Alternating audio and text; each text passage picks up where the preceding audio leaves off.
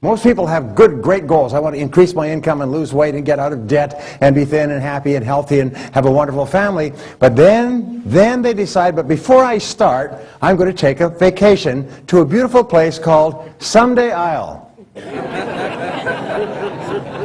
And in my estimation, 80% of the population lives on Someday Isle. Someday I'll lose some weight, and someday I'll read that book and listen to that program and join the Yes Network, and someday I'll get out of debt, someday I'll increase my income, but it's always Someday I'll. If you want to be a great success, there's one simple rule, is vote yourself off the island for life. If you decide you're going to do something, do it. You know, they've done dozens and dozens of studies over the years. They find that there's one major difference between successful people and unsuccessful people. Is successful people launch. They start. They get on with it. They just do it. Unsuccessful people get the same ideas and the same information, but they've always got an excuse for not starting. Rule number 6 is that listening builds trust. Listening builds trust. Now, if you only remember one thing from today, remember this rule, because this rule will make you popular, it'll make you happy, it'll make you successful, and it'll ultimately make you rich. Leaders, in one of the best management studies done out of Harvard recently, they say leaders are excellent listeners.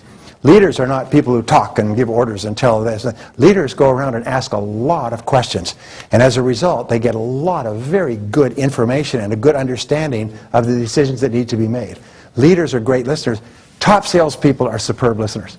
So listening builds trust. So one-to-one relationship between asking questions and getting a chance to listen and building trust, and trust is what leads to the sale. We say, first of all, there are no sales without objections. Objections indicate interest. There are no sales without objections. Objections indicate interest. If you're talking to a prospect and the prospect is sitting there impassively not responding, is this a good sign? No. But if the prospect is saying, what about this, and what about that, and how does this work, and everything else, the more questions they ask, the more likely it is that they will buy. Based on our thousands of video interviews or video reviews, we find that successful sales have twice as many objections as unsuccessful sales. And this is because people process information in different ways. Some people process information by agreement. They look for parallels with what you're saying. Others process information by disagreement, by arguing. What about this and what about that? And will it do this and how do I know it'll do that? And so on. So sometimes you'll get every kind of objection you could imagine. Don't want, don't need it, can't use it, can't afford it, not the market right now. Okay, I'll take it. Ever had that? You go, oh. Well, they're just processing your sales order by removing all the mental barriers that they have to buying. So when I used to get objections, I'd get very upset, and I'd start to feel depressed inside, and I think my product's no good, and the market's no good, and I'm no good. And then I realized later that objections are good. There's a concept in selling called seeding. Seeding is where you just sort of drop what we call by the ways in the course of your sales conversation. When you say, oh, by the way, people pick it up and file it away, but it's not part of your presentation. Here's one of the best by the ways. You say, oh, by the way, people say we give the very best after-sales service they've ever experienced. By the way, our customers say that they have fewer problems with this than any machine that they've ever used. By the way, people that I've dealt with say this wonderful thing about our product. We take good care of them afterwards. We're fast and responsive if they have any problems or complaints, by the way. Because what we know is this, is if a customer has even a single objection that they have not asked you, that they're holding on to, they won't buy. That's why at the end of the sale they say, well, let me think it over. Leave it with me, let me think it over. Do you know what that means? It means goodbye forever. We will never meet again. You've blown it. I'll never take your phone calls. I'll never respond to your voicemail messages. In fact, I'm going to disappear. Because whenever you call me, you'll find that I'm not there or I'm in a meeting. Have you ever called people who've gone into 3-year meetings after meeting with you? 7 is the directive close. Now the directive close is the #1 top of the hit parade close used by more of the highest paid salespeople in more industries worldwide than any other close. And it's very simple. You say, Mr. Prospect, does this make sense to you? Prospect says, yes, it does. You say, well then, the next step is. Well then,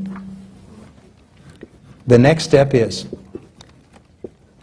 And you take complete control of the sale. You assume that the customer has decided to buy. The next step is, and then you go on to explain what is called the plan of action.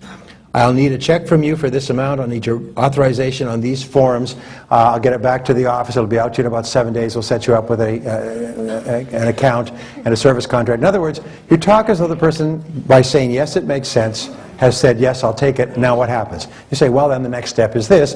And then you use these magic words. And these are the magic words. And I'll take care of all the details. And the way you do it is with a question. When the prospect says, well, let me think it over, remember that old Bob Dylan song, when you ain't got nothing, you got nothing to lose. Well, when the prospect says, I want to think it over, if you walk out, you've lost it forever. You've wasted all the time you've invested in building this prospect. So you've got nothing to lose here. So therefore, give it a shot. And I have had people come to me after using this and say, I saved the sale. I couldn't believe it. I lost the sale. I was on the way out and I remembered the words. I remembered the words and I said the words and I got the sale. So here are the words. You say, Mr. Prospect, that's a good idea. That's a good idea. This is an important decision. And obviously, you have a good reason for wanting to think it over. Obviously, you have a good reason for wanting to think it over. Do you mind if I ask what it is? Is it the price? And then you remain perfectly silent. Now remain perfectly silent. The prospect can say one of two things. Yes, it's the price, or no, it's not. If they say, yes, it's the price, what do you say? If they say, yes, it's the price, you say, how far apart are we? Why do you say that? Why do you feel that way? Is price your only concern? How do you mean exactly? What if they say, no, it's not the price? Then these are the words that you use. You use a may I ask question. Because what we have found is if it's not the price, it's something that they're emotionally sensitive about. So you treat this objection or this concern with great sensitivity. You say, then may I ask what it is? Then may I ask what it is? It's almost impossible not to answer a may I ask question. Then may I ask what it is? And then remain perfectly silent. And very often they'll say, well, it's this.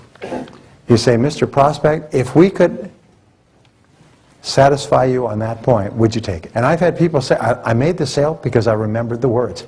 And this is so powerful, by the way, that the next time you're out with the prospect and they say, let me think it over, you say, let me think it over? Oh, hold on a second.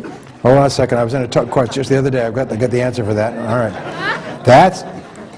That is a good idea. This is an important decision. And obviously you have a good reason for saying that. Do you mind if I ask what it is? Is it the price? Now, the reason I do that, you'll notice that it's powerful even if it's read badly.